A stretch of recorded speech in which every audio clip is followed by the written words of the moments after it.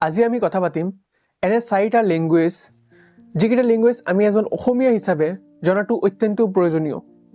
চাওক, এইকেইটা লেংগুৱেজে আমাৰ জীৱনত সফলতা অৰ্জন কৰিবলৈ কিছু ক্ষেত্ৰত সহায় কৰিব পাৰে।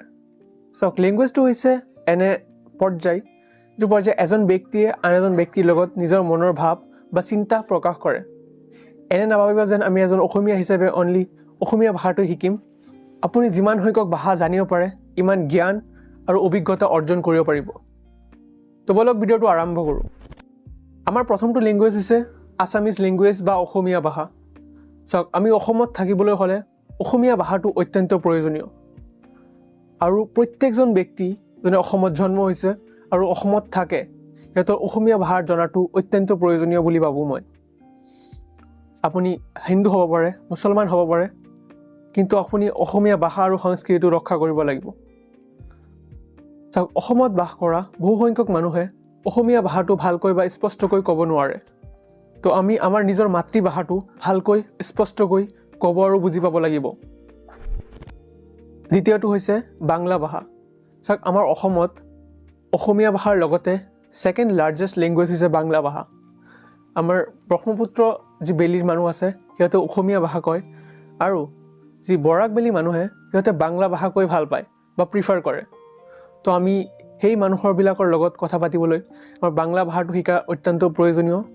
চাওক, বাংলাটো আমাৰ অসমৰ বাহিৰত এটা ডাঙৰ লেংগুৱেজ হয়। কলকাতাত বাংলা ভাষা কয় আৰু বাংলাদেশত বাংলা ভাষা কয়, আৰু আমাৰ অসমতো বৰাক বেলিৰ মানুহে বাংলা ভাষা কয়। তো আমি প্ৰত্যেকেই বাংলা ভাষাটো শিকা অত্যন্ত প্ৰয়োজনীয়। তৃতীয় নম্বৰটো হৈছে আমাৰ হিন্দী ভাষা। চ' আমি এজন অসমীয়া হিচাপে হিন্দী ভাষাটো জনা অত্যন্ত প্ৰয়োজনীয়। আমাৰ ইণ্ডিয়াৰ আটাইতকৈ ডাঙৰ লেংগুৱেজ বুলি ক'বলৈ গ'লে আমি হিন্দী ভাষাটো ক'ব পাৰি, কাৰণ ইণ্ডিয়াৰ নৰ্থ বেল্ট যিটো আছে সেইটোত আটাইতকৈ বেছি হিন্দী ভাষাটো প্ৰচলন আছে। তো আমি ৰেষ্ট অফ ইণ্ডিয়াৰ মানুহৰ লগত কথা পাতিবলৈ হ'লে হিন্দী ভাষাটো প্ৰয়োগ কৰিব লাগিব।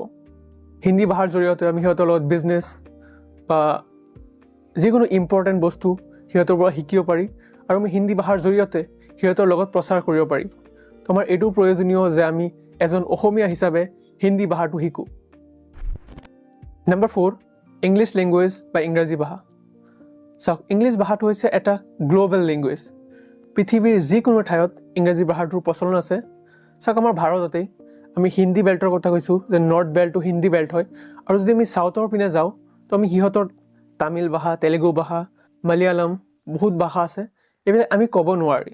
কিন্তু আমি ইংলিছ লেংগুৱেজৰ জৰিয়তে সিহঁতৰ লগত কমিউনিকেট কৰিব পাৰি বা কথা পাতিব পাৰি। তো আমি যদি ইংৰাজী ভাষাটো ভালকৈ শিকি লওঁ, ক'ব আৰু বুজিব পাৰোঁ, তেনেহ'লে বহিৰ্বিশ্বৰ লগত মানে আমাৰ ভাৰতৰ বাহিৰেও বেলেগ দেশৰ লগত আমি যোগাযোগ কৰিব পাৰি, বা বেলেগ দেশৰ মানুহৰ লগত আমি যোগাযোগ কৰিব পাৰি, ব্যৱসায় বাণিজ্য কৰিব পাৰি। আৰু ইংৰাজী ভাষাত ৱাইডলি আমাৰ নলেজৰ ভাণ্ডাৰ আছে বা জ্ঞানৰ ভাণ্ডাৰ আছে। আপুনি তাৰ পৰা জ্ঞান অৰ্জন কৰিব পাৰে আৰু নিজৰ ৰাজ্য বা অসমৰ বাবে কাম কৰিব পাৰে। তো আমি আশা কৰোঁ আপোনালোকে এই চাৰিটা ভাষাৰ ওপৰত কাম কৰিবলৈ চেষ্টা কৰিব বা শিকিবলৈ চেষ্টা কৰিব। চেষ্টা নহয়, শিকিব লাগিব। চ' চাৰিটা ভাষা কি কি? প্ৰথমটো হৈছে অসমীয়া ভাষা। আমি এজন অসমীয়া হিচাপে অসমীয়া ভাষাটো স্পষ্টভাৱে ক'ব আৰু বুজিব লাগিব। ছেকেণ্ড, বাংলা ভাষা। আমাৰ অসমৰ ছেকেণ্ড লাৰ্জেষ্ট লেংগুৱেজ হৈছে বাংলা, আৰু যি বৰাক বেলি মানুহে সিহঁতে বাংলা কৈ ভাল পায়, সিহঁতৰ লগত কমিউনিকেট কৰিবলৈ আমি বাংলা ভাষাটো শিকিব লাগিব। তৃতীয়টো হৈছে হিন্দী ভাষা। তো আমাৰ ভাৰতৰ আটাইতকৈ ডাঙৰ লেংগুৱেজটো হৈছে হিন্দী ভাষা। তো আমি এজন অসমীয়া হিচাপে হিন্দী ভাষাটো শিকিব লাগিব, যাতে আমি সিহঁতৰ পৰা নলেজ ল'ব পাৰোঁ আৰু দিব পাৰোঁ, আৰু সিহঁতৰ লগত ব্যৱসায় বাণিজ্য কৰিব পাৰোঁ। চতুৰ্থ নম্বৰত হৈছে ইংলিছ লেংগুৱেজ বা ইংৰাজী ভাষা। আপোনালোকে জানে যে ইংৰাজী ভাষাটো এটা গ্ল'বেল লেংগুৱেজ।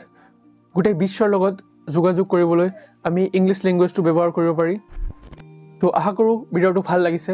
আৰু এটা কথা, যেন আপুনি নিজে কেইটা লেংগুৱেজ ক'ব পাৰে মোক কমেণ্ট কৰি জনাব, আৰু মই এই চেনেলৰ জৰিয়তে কিছুমান শিক্ষামূলক আৰু গুৰুত্বপূৰ্ণ টপিকৰ ওপৰত ডিছকাছ কৰিম। তো মোৰ লগত আপোনালোকে থাকিব। আকৌ লগ পাম আৰু এটা নতুন ভিডিঅ'ত। Take care.